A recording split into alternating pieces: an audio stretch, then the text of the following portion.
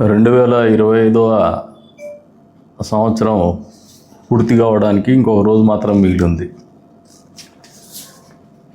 ఈ సందర్భంగా 2025లో కూటమి ప్రభుత్వం ఎన్ని విజయాలు సాధించిందని ప్రజలకు తెలియజెప్పేటువంటి ఒక ఆలోచనతోటే ఈ పత్రికా సమావేశం నిర్వహిస్తాను. అందులో భాగంగా మొదటిగా రాష్ట్ర ప్రభుత్వం చేసిండేది, మళ్ళీ స్థానికంగా నియోజకవర్గ స్థాయిలో మేము చేసినది కూడా తెలియజెప్పాలని, ప్రజలకు బాధ్యతగా సమాధానం చెప్పాలా, వాళ్ళకు అకౌంటబిలిటీ పబ్లిక్ రిప్రజెంటేటివ్స్కి కానీ గవర్నమెంట్లో ఉన్నటువంటి ప్రభుత్వాలకు కానీ ఉండాలనే ఒక ఆలోచనతోనే ఈ కార్యక్రమం చేస్తున్నాం. సూపర్ 6 పథకాల సూపర్ హిట్.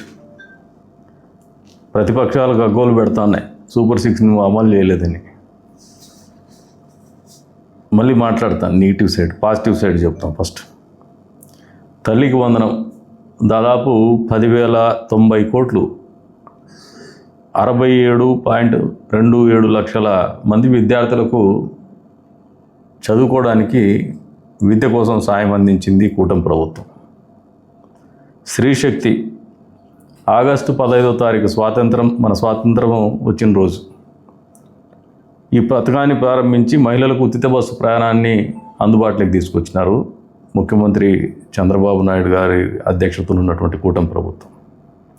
ఇప్పటి వరకు 3,25,00,000 మంది ప్రయాణాలు చేసినారు. దాదాపు ఈ పథకానికి గాను 1,144 కోట్ల రూపాయలు వెచ్చించినటువంటి పరిస్థితి. దివ్యాంగులకు ఉచిత బస్సు ప్రయాణం సౌకర్యం కల్పించున్నారు. వీరు మామూలుగా పెన్షన్ అనేది గతంలో ఒక ఇబ్బందికరమైన పరిస్థితి ఉండేది. పెన్షన్ పోర్టబిలిటీ తీసుకొచ్చి వీళ్ళు ఎక్కడైనా కూడా పెన్షన్ని తీసుకునేటువంటి వెసులుబాటు తీసుకొచ్చింది కూడా కూటమి ప్రభుత్వమే. ఈ సందర్భంగా దివ్యాంగులకు కూడా తెలియజెప్తాను. అన్నదాత సుఖీభవ 2 విడతలు ఇచ్చున్నాం.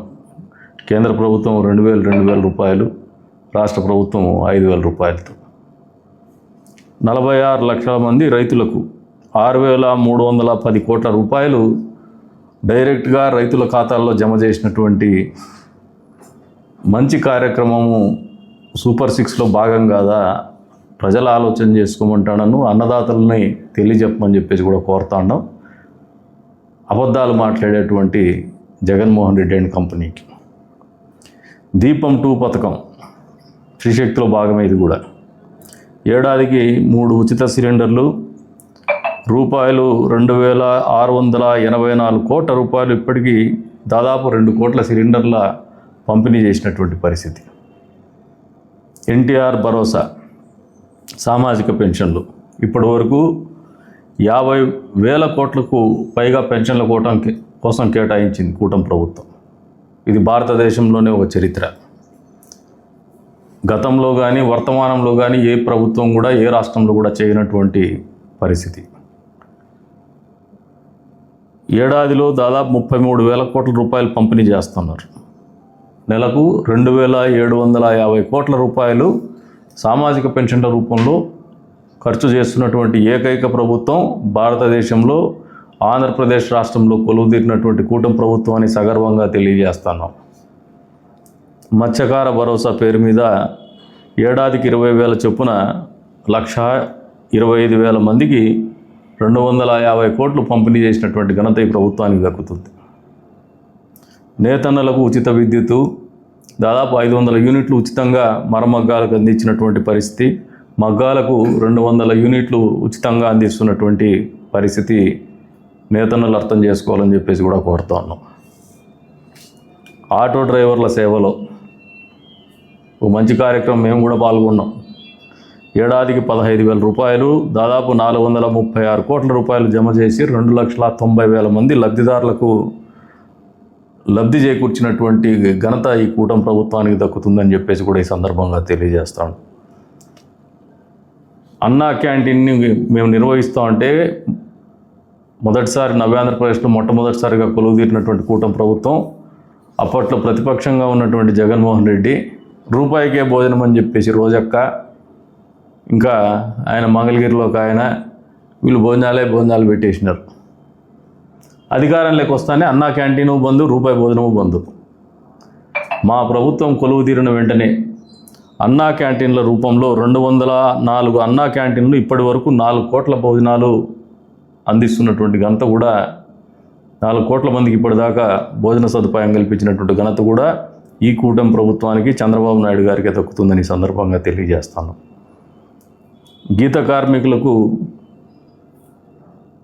ఏదైతే మద్యం టెండర్లు కూడా 10% షాపులు వాళ్ళకే కేటాయించినారు రిజర్వేషన్ ఇవ్వడం. తద్వారా కల్లు గీత కార్మికులకు వృత్తిగా ఉన్నటువంటి మద్యం షాపుల్ని వాళ్ళకి రిజర్వేషన్ కేటగిరీలో ఇవ్వడం అనేది ఒక ప్రత్యేకమైనటువంటి నిర్ణయంగానే నేను కూడా భావిస్తాను. ఎస్సీ వర్గీకరణ ఎక్కడ కూడా డిస్ప్యూట్ లేకుండా జరిగింది. అదొక హిస్టారికల్ ఈవెంట్. స్వర్ణకారులకు ప్రత్యేక కార్పొరేషన్ ఏర్పాటు చేసినాం. ఇచ్చినటువంటి యువగలంలో మా యువ నాయకుడు నారా లోకేష్ గారు ఇచ్చినటువంటి హామీ మేరకు కూటమి ప్రభుత్వం కొలువు తీరిన మొదటి సంవత్సరంలోనే మత్స్యకారులకు స్వర్ణకారులకి కార్పొరేషన్ ఏర్పాటు చేసినటువంటి ఘనత కూడా ఈ ప్రభుత్వానికి దక్కుతుందని ఈ సందర్భంగా తెలియజేస్తాను. ప్రత్యేకించి మైనారిటీ సోదర సోదరిమణులు అర్థం చేసుకోవాలి. గతంలో ఇక్కడ ఒక ప్రజాప్రతినిధి కూడా నేను మైనారిటీల పక్షపాతి అన్నాడు, కానీ చేసింది ఏం లేదు. దుల్హన్ పథకం చివరి సంవత్సరంలో ఎలక్షన్స్ ముందు అనౌన్స్ చేసి దానికి 10th క్లాస్ కంపల్షన్ పెట్టినారు, 10th పాస్. జగన్మోహన్ రెడ్డి మాత్రం 10th పాస్ కానక్కర్లే, ముఖ్యమంత్రిగా కొలువు తీరినాడు. మరి 3,670 కోట్ల వ్యయం ఇప్పటిదాకా మైనార్టీ సంక్షేమం కోసం ఖర్చు పెట్టింది ప్రభుత్వం.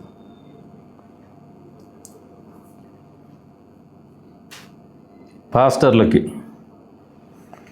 8,427 మంది పాస్టర్లకి 5,000 రూపాయలు చొప్పున 51 కోట్ల రూపాయలు నిధులు విడుదల చేసి వాళ్ళకి అందజేసినటువంటి ఘనత ఈ కూటమి ప్రభుత్వానికి దక్కుతుందని ఈ సందర్భంగా తెలియజేస్తాను. ఇక ఇమాం మౌజన్లకైతే వాళ్ళ గౌరవ వేతనం మొదలుపెట్టిండేదే చంద్రబాబు నాయుడు గారి అధ్యక్షతన ఉన్నటువంటి కూటమి ప్రభుత్వం. ఆయన ముఖ్యమంత్రిగా ఉన్నప్పుడు మొదలు పెడితే వాళ్ళకు కూడా డబ్బులు ఇవ్వకుండా ఎగ్గొట్టి దాన్ని పెండింగ్ పెట్టినటువంటి ఘనత జగన్మోహన్ రెడ్డికి దక్కుతుంది. కానీ ఈ కూటమి ప్రభుత్వం వచ్చిన తర్వాత ఇమాం మౌజన్లు కూడా అర్థం చేసుకోండి. నెలకు 10,000 రూపాయలు ఇమాములకు, మౌజన్లకు 5,000 రూపాయలు చొప్పున ఏడాదికి 90 కోట్ల రూపాయలు అందజేస్తాను. అంతేకాకుండా బకాయిలు ఉన్నటువంటి మీ గౌరవ వేతనం కూడా 2 సార్లు ఈ 16 నెలల కాలంలో గత పాలకులు పెట్టినటువంటి పెండింగ్ బకాయిలు కూడా విడుదల చేసినటువంటి ఘనత ఇమాం మౌజన్లకి చంద్రబాబు నాయుడు గారి అధ్యక్షతన కొలువు తీరినటువంటి కూటమి ప్రభుత్వానికి దక్కుతుంది. మైనారిటీ సోదర సోదరిమణులందరూ కూడా మనస్ఫూర్తిగా అర్థం చేసుకోవాలని చెప్పేసి కూడా కోరుతా ఉన్నాం. అదే రకంగా నెలకు 15,000 రూపాయలు వేతనాల పెంపు చేస్తున్నారు. నాయ బ్రాహ్మణులకు నెలకు 25,000 రూపాయలు వేతనాల పెంపు జరిగింది. ఇది ఎప్పుడు కూడా వీళ్ళని పట్టించుకున్నటువంటి పాపాన పోలా జగన్మోహన్ రెడ్డి గారు. మహిళలకు దాదాపు ఈ రాష్ట్రంలో 1,00,000 కుట్టు మిషన్లు పంపిణీ చేసేటువంటి కార్యక్రమానికి శ్రీకారం చుట్టింది. వాళ్ళకి ట్రైనింగ్ క్లాసెస్ ఇచ్చిండేది కూడా ఈ కూటమి ప్రభుత్వమే ఈ సందర్భంగా తెలియజేస్తూ ఉన్నాను. విద్యాశాఖ మంత్రిగా ఉన్నటువంటి నారా లోకేష్ గారి ఆధ్వర్యంలో ఆయన మంత్రిత్వ శాఖలో ఇచ్చినటువంటి మాట కట్టుబడి దాదాపు ఎన్ని అవాంతరాలు వచ్చినా, ఎన్ని కోర్టు కేసులు వచ్చినా అన్నిటిని కూడా సామరస్యంగా పరిష్కరించుకుంటూ 15,941 టీచర్ పోస్టుల భర్తీ జరిగిండేది నారా లోకేష్ గారి ఆలోచన విధానానికి, ఇచ్చిన మాట కట్టుబడే విధానానికి, ఆయన స్ఫూర్తికి, ఆయనకున్నటువంటి ఆశయ సాధనకు, సంకల్పానికి ప్రతిరూపంగా నిలుస్తోంది. ఎందుకంటే ఆ ఈవెంట్ని మేము కూడా కదిరి వాళ్ళు కూడా చాలామంది సెలెక్ట్ అయినారు. అన్ని నియోజకవర్గాల వాళ్ళకు టీచర్ పోస్టులు వచ్చినాయి. అందరూ కూడా ఒక వేదికను ఏర్పాటు చేసి అక్కడ వాళ్ళకి నియామక పత్రాలు అందజేసినప్పుడు ఆ వైబ్రేషన్స్, ఆ సంతోషం కానీ అనిర్వచనీయం. అది అద్భుతమైనటువంటి కార్యక్రమంగా జరిగింది. 5,757 కానిస్టేబుల్ పోస్టుల నియామకం కూడా 4,500 నుంచి 12,500కు స్టైఫండ్ పెంచడం, ఈ రెండు కూడా చేసినటువంటి ఘనత కూడా ఈ ప్రభుత్వానికే దక్కుతుంది. ఏదైతే ఇందాక మెగా డిఎస్సి టీచర్లకు నియామక పత్రాలు అందజేసినప్పుడు ఉన్నటువంటి అనిర్వచనమైనటువంటి ఒక ఆనందం కానీ అనుభూతి కానీ మళ్ళీ ఒకసారి కానిస్టేబుల్ నియామక ప్రక్రియలో కూడా రెట్టింపు స్థాయిలో జరగడం అనేది వాస్తవం అని చెప్పేసి కూడా అందరికీ కూడా తెలియజేస్తాను. అంగన్వాడీ కార్యకర్తలు ఆశాలకు గ్రాట్యుటీ అమలు, బాలింతలకు ఎన్టీఆర్ బేబీ కిట్లు అందించినటువంటి పరిస్థితి ఇవన్నీ బంద్ అయినాయి గతంలో. జగన్మోహన్ రెడ్డి రాష్ట్రంలో అప్పులతో పాటు ఈ కూటమి ప్రభుత్వం కొలువు తీరినప్పుడు ఏమి ఇచ్చినాడంటే లెగసీగా చెత్త ఇచ్చినాడు. చెత్త మీద పన్ను వేసుకుంటూ కనీసం చెత్తను కూడా నిర్మూలించకుండా 84 లక్షల చెత్తని నిల్వ ఉంచిపోయినాడు క్లియర్ చేయకుండా. దాన్ని తొలగించినటువంటి ఘనత కూడా చంద్రబాబు నాయుడు గారి నాయకత్వంలో ఉండే కూటమి ప్రభుత్వానికి దక్కుతుంది. స్వర్ణాంధ్ర, స్వచ్ఛాంధ్ర పేరు మీద డోర్ టు డోర్ కలెక్షన్ కూడా జరుగుతోంది. దాదాపు అధికారంలోకి వచ్చిన 16 నెలల కాలంలో 1000 కోట్లతో రోడ్ల మరమ్మతులు చేసిండేది వాస్తవం కదా. ఒక ప్రోగ్రామే పెట్టి చేస్తున్నాం మేము, ఫ్లాగ్షిప్ ప్రోగ్రాం కింద.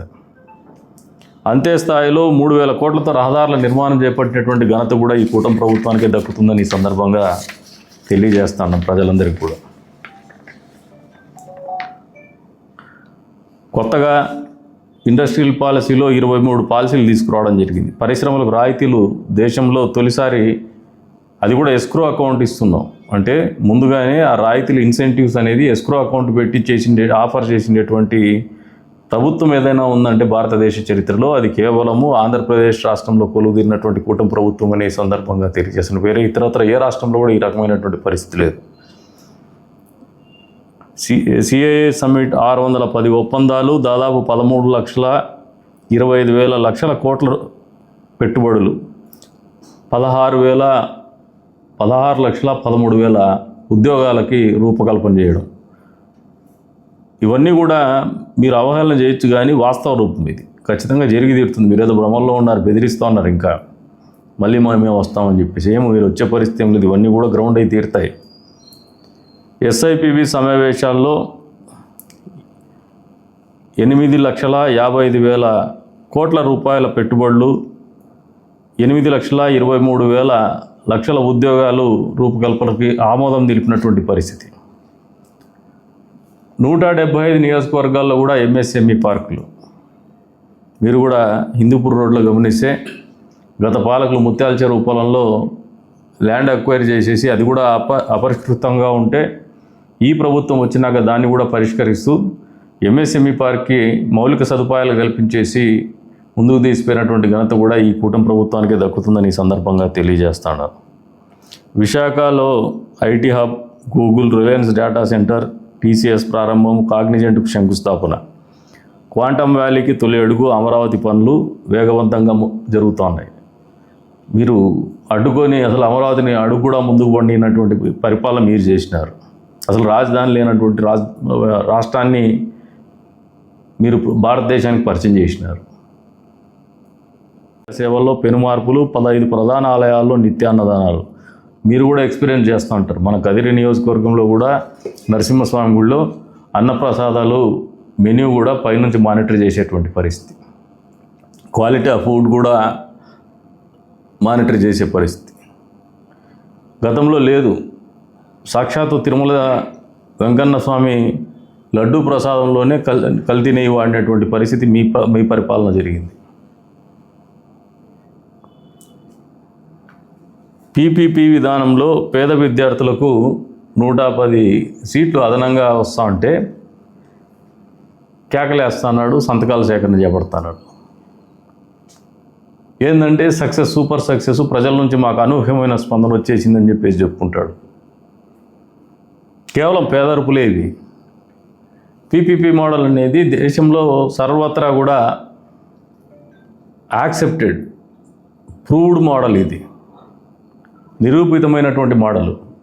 100 సీట్లు మీ దగ్గర వస్తే మామూలుగా మీరు చెప్పిన మోడల్లో దాని నిర్వహణ గుదిబండగా మారేటువంటి పరిస్థితి ఉన్నటువంటి పరిస్థితుల్లో సక్సెస్ఫుల్ మోడల్గా 10 సీట్లు ఇంకా ఎక్స్ట్రా తీసుకొని పేద విద్యార్థుల చదువు కోసం 110 సీట్లు ఎక్స్ట్రా వచ్చేటువంటి పరిస్థితుల్లో పీపీపీ మోడల్లో పోతే మీరేమో అడిచి గగ్గోలు పెడుతున్నారు. పంచాయతీరాజ్ వ్యవస్థ అస్తవ్యస్తమైంది.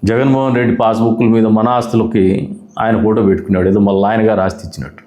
దాన్ని రద్దు చేస్తూ మళ్ళీ రాజముద్రతో పట్టాదారు పాస్బుక్ పుస్తకాలు పంపిణీ చేసినటువంటి ఘనత కూడా ఈ ప్రభుత్వానికి దక్కుతుంది. తద్వారా ప్రజల ఆస్తులకి ఒక రక్షణ కల్పించినటువంటి ఆలోచన, వాళ్ళకు ఒక నమ్మకాన్ని, ఈ ప్రభుత్వం మా ఆస్తుల్ని కాపాడుతుందని విమర్శకులకు సమాధానంగా చెప్తున్నాం. కదిరి రాయచోట రోడ్డు పూర్తి కాలేదన్నారు. అసలు మీకు మాట్లాడే అర్హత లేదు, ప్రశ్నించే అర్హత లేదు. చెప్పినట్టుగా 3 నెలల్లోనే పూర్తి చేయగలిగిన, మాకు టెక్నికల్గా ఇబ్బంది ఉన్నా కూడా, సర్టెన్ ఇష్యూస్ ఉన్నా కూడా, డబ్బు బిల్లులు ఇప్పటికి కూడా ₹1 రాకపోయినా ఆ రోడ్డును పూర్తి చేసినాం. ఇంకా మధ్యలో బాటిల్ నెక్స్ కొన్ని బ్రిడ్జెస్ మీ ప్రభుత్వంలో మీరు చేయలేక అడ్డదిడ్డంగా గడ్డి వదిలేసినారు. అది మీరు డిజైనింగ్ ప్రాబ్లం. అది అక్కడ సీసీ రోడ్లు పెట్టడం, వాటిని కూడా మొన్న కాంట్రాక్టర్ని పురమాయించేసి చేసి ఈ వారంలోనే భూమి పూజ చేస్తాను, ఆ రఫ్ ప్యాచెస్ కూడా క్లియర్ చేస్తాను. ఇక గ్రామాల్లో 23 కోట్ల రూపాయలతో గ్రామాల్లో రోడ్లు వేసినాం. మీరు వేసినారా? మా ప్రభుత్వంలో వచ్చినటువంటి ఈఏపీ కింద వచ్చినటువంటి రోడ్లన్నీ కంకరేసుకొని ఫార్మేషన్ చేసి ఇంకా తారేస్తే డబ్బులు మిగలవని ఆ డబ్బులు బిల్లులు చేసుకుని వెళ్ళిపోయినారు. అంటే ప్రజలు బాగుండల్లా, ప్రజలకు సౌకర్యవంతమైనటువంటి ప్రయాణం అందించాలనే ఆలోచన మీకు లేదు. కేవలం కాంట్రాక్టులు చేసుకుని డబ్బులు దొబ్బేయాలనే ఆలోచనతోనే మీరు పనులు చేసినారు. కానీ ప్రజాపయోగంగా రోడ్లు తీర్చిదిద్దాలనే ఆలోచన మీకు లేనటువంటి పరిస్థితి. ఈ రోజున మా కర్మ మళ్ళీ మేమే పూర్తి చేయాలి. ఏదో దాన్ని కూడా పూర్తి చేయాల్సిన పరిస్థితి మా మీదే పెట్టారు. అంతేకాకుండా హంద్రీ నీవా ద్వారా తలుపుల మండలానికి మీరు నీళ్ళు ఇవ్వగలిగారా? ఇవ్వలేకపోయినారు మీరు. మీకు ఇంకా ఒకటి చెప్తాను, మనకున్నటువంటి ఆపర్చునిటీ టూరిజం. గడిచిన బ్రహ్మోత్సవాల సమయంలో ఇంతవరకు కూడా కాద్రీశుడి హుండీ లెక్కింపులో నరసింహస్వామి ఆలయం మొదలైనప్పటి నుంచి ఈరోజు వరకు కూడా రికార్డు స్థాయిలో 80 లక్షల పైచిలకు డబ్బులు బ్రహ్మోత్సవాల టైంలో వచ్చింది. అదొక రికార్డు. అది మీరు ఎందుకు చేయలేకపోయినారు? ఈ రోజున మాట్లాడితే అది ఇది అని అవాకులు చవాకులు మాట్లాడతారు. నన్ను తిడితే గొప్పోళ్ళు గారు మీరు. మేము 20 ఏళ్ళుగా మీతో తిట్టించుకుంటూనే ఉన్నాం. మీరు దొంగ అంటే ఇంకొకటి అంటే నువ్వు పడతానే ఉన్నాం. కానీ నిజాయితీగా మీ మాదిరిగా మేము పార్టీలు ఎవరు మారలా, అడ్డదారులు దొక్కలా. కష్టం వచ్చినా నష్టం వచ్చినా నియోజకవర్గాన్ని నమ్మినాము, నియోజకవర్గ ప్రజల్ని నమ్ముకున్నాం, తెలుగుదేశం పార్టీని నమ్ముకున్నాం, తెలుగుదేశం పార్టీ కార్యకర్తలని నమ్ముకున్నాం. ఏ రకమైనటువంటి పరిస్థితుల్లో కూడా పార్టీ జెండా మోసినాము, కానీ నిబద్ధతతో ఉన్నాం. ఇచ్చినటువంటి మాట కట్టుబడి ప్రజలకు ఒక స్పష్టమైనటువంటి ఆలోచన. కందికుంట ప్రసాద్ అంటే తెలుగుదేశం పార్టీ అనే విధంగానే ఇప్పటి వరకు కూడా మా రాజకీయ జీవితం గడిచినాం. మీరు మమ్మల్ని తిట్టే నైతిక హక్కు మీకు ఉందా లేదా మీరు అందరూ ప్రశ్నించుకోండి. నేను మిమ్మల్ని తిట్టను, ఇంకా మిమ్మల్ని తిరిగి సమాధానం కూడా మీ పేర్లు కూడా ప్రస్తావించనని చెప్పినాను. మీరు తిట్టి రాజకీయాలు చేయాలనుకుంటున్నారు, అబద్ధాలు చెప్పి రాజకీయాలు చేయాలనుకుంటున్నారు. ఎవరిదో యాన్సెస్ట్రల్ ప్రాపర్టీ ఉంటే వాళ్ళకి సాయిబులని పేరు పెడతారు మీరు. అది మీ విఘ్నతకు వదిలేస్తుంది. దానికి పేపర్లు ఉంటాయి, కోర్టులు ఉంటాయి. కోర్టులు మీకు ఉంటాయి, మాకు ఉంటాయి, తేలుతాయి. అవి ఎక్కడికి ఏమి ఇబ్బంది ఉండదు. మీరు తప్పు చేసినా, నేను తప్పు చేసినా దండించడానికి ఉంటాయి. దాన్ని మేము అవి that will take its own course of action. దాని గురించి కాదు. కానీ మీకు కందికుంట ప్రసాద్ కారు కొనుక్కుంటే బాధ, బట్టలు వేసుకుంటే బాధ, చెప్పులు వేసుకుంటే బాధ, కారు కొనుక్కుంటే బాధ. ఇఫ్ టైం పర్మిట్స్, భవిష్యత్తులో ఆ భగవంతుడు సహకరించే అవకాశం ఇచ్చి అవసరం ఏర్పడితే ఇంకా వేరే స్థాయిలో కూడా కొంటానేమో. మీకేమన్నా ఇబ్బంది ఏమని చెప్పండి. వేరే స్థాయి గాలి ఎగిరేటి కూడా కొంటామేమో అవసరం అనుకుంటే. మా దగ్గర ఉందా లేదా లెక్క కాదు. ఆ టైం వచ్చేసి ద సిచ్యువేషన్ డిమాండ్స్ తప్పనిసరి పరిస్థితి తెచ్చుకుంటాము. ఏదో మా కింద మీద పడి మా తిప్పలు మేము పడుకుంటాం. మీ దగ్గర ఎక్కడ భూవకు రాలే కదా మేము. మీరేం చేస్తారని మమ్మల్ని ప్రశ్నిస్తాను. నా అఫిడవిట్ ఉంటాయి, నా బ్యాంక్ స్టేట్మెంట్ ఉంటాయి, చూసుకోవచ్చు మీరు ఏం చేస్తున్నారని. మేమేమి ఏదో ఊరికి పోయేసి అప్పుడప్పుడు వచ్చేసి రాజకీయాలు మాట్లాడడంలే. మేము నిరంతరం రాజకీయాల్లో ఇదే ఇంట్లోనే ఉన్నాము, ఇదే పార్టీలోనే ఉన్నాము, ఇదే ఊరిలోనే ఉన్నాము. పక్క ఊరికి పోతే బెంగళూరులో నా ఆఫీసు 97 నుంచి ఒకటే ఆఫీస్లోనే ఉంటున్నాం మేము. తప్పులు చేసేవాడు, దొంగ పనులు చేసేవాడు ఒకసారి కూర్చోలేడు సార్. ప్రజలకు ఇంతకుముందు కూడా చెప్పినాం, మళ్ళీ అది నెగిటివ్ సైడ్ పోదలుచుకోవాలి నేను. ప్రజలకు ఒకటే, ప్రజలు విఘ్నులు. ఈ రోజున మీకు ఒకటి మతిపోయేటి వాస్తవాలు చెప్తాను, అది మీకు కూడా తెలుసు. ప్రజల్ని మభ్యపెట్టో లేదంటే మీడియాని అడ్డం పెట్టుకొని 4 అవాకులు చవాకులు మాట్లాడేసి అబద్ధాలు రాసుకుంటేనో అవి నిజాలు అయిపోతాయనే భ్రమంలో ఒక ఆయన ఉన్నాడు, ఆయన ఉద్యోగం పోగొట్టుకున్నాడు. అబద్ధాలు రాసి రాసి రాసి నేచర్ ఒకటి ఉంటుంది. నేను తప్పు చేస్తా పోయినా, నువ్వు తప్పు చేస్తా పోయినా, వాళ్ళు తప్పు చేస్తా పోయినా అదేమి స్పేర్ చేయదు. ఇప్పటికి కూడా అబద్ధం బతికి ఏం తీసేసినారంటే లేదు ఊరికి నేను సెలవు పెట్టినా అంటారు. అది మీ పరిస్థితి. అబద్ధాలు చెప్పేవానికి అలవాటు పడిపోయింటారు వాళ్ళు. వాళ్ళని ఏం చేయలేము, వాళ్ళ గురించి మేము ఆలోచన కూడా చేయము. ఎందుకంటే మేము ఒక ప్రయాణం కొనసాగించాలనుకున్నాము రాజకీయంలో. ఊరి గురించి ఒక నిబద్ధత ఉంది, నియోజకవర్గ ప్రజలకు జవాబుదారీగా బతకాలనుకుంటున్నాం, రాజకీయాల్లో కొత్త సాంప్రదాయాలు తీసుకురావాలనుకుంటున్నాం, నిబద్ధతగా ప్రజలకు జవాబుదారీగా బతకాలనుకుంటున్నాం. అందుకే సంవత్సరం చివరి రోజునైనటువంటి ఈ రోజున ప్రజలకు సమాధానం చెప్తాను మేము చేసిన పనులకి. వచ్చే రోజుల్లో 2.5 సంవత్సరం అని టార్గెట్ పెట్టుకొని నేను 5 ఏళ్ల గురించి ఆలోచన చేయలే. 17 నెలలు అయింది. నాకు ఇంకా దాదాపు ఒక 6 నెలలు ప్లస్ 6 నెలలు ఇంకో సంవత్సర కాలం దగ్గర ఉంది. ఈ సంవత్సరంలో మేము అనుకున్న పనులన్నీ ముందుకు మొదటడుగు పడిపోతాయి, ఒక కొలికి కూడా వస్తాయి. మీరు కళ్ళ ముందు చూస్తారు అవన్నీ, ఎక్కడ కూడా వెనక్కు. మేము నీళ్లు తలుపుల మండలానికే కాదు, ఎంపిగూడ మండలానికి కూడా ఇచ్చినాం. గాండ్లపెంట మండలానికి కూడా 5వ తారీఖు కల్లా, లేదంటే 10వ తారీఖు లోపు, 5 నుంచి 10వ తారీఖు మధ్యలోనే ఒకరోజు అటుమిటుగా టెండర్స్ కూడా ఫ్లోట్ చేస్తున్నాం. అక్కడ కూడా ఇచ్చినటువంటి మాట కట్టుబడతాం. నెక్స్ట్ ఇయర్కి నీళ్ళు ఇస్తామని 100కు 100% పని పూర్తి చేసి కూడా నీళ్ళు ఇస్తామని చెప్పే సందర్భంగా తెలియజేస్తాను. రైతులకు నీళ్ళు ఇచ్చి, కరెంటు కష్టాలు తీర్చి, వాళ్ళకి ట్రాన్స్ఫార్మర్లు కూడా 2000కి అందుబాటులోకి తీసుకొచ్చి, ఇన్ని రకాలుగా అన్ని వర్గాల్ని తృప్తిపరుస్తా అంటే భవిష్యత్తు అంధకారంగా కనబడుతున్నటువంటి మీరు చంద్రబాబు నాయుడు గారి మీద అబద్ధాలు మా సంతకాలు సేకరిస్తారు, కందికొండ ప్రసాద్ని వ్యక్తిగతంగా విమర్శిస్తారు తప్పితే మీకు సొంతంగా అజెండా లేదు.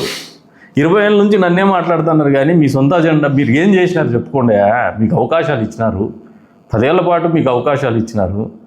ఒకసారి మీరంతా సంఖలో బిల్లుని పెట్టుకొని ఊరంతా తిరిగినట్టు ఒకరిని పెట్టుకొని వాడు ఆడుకో పారిపోయా.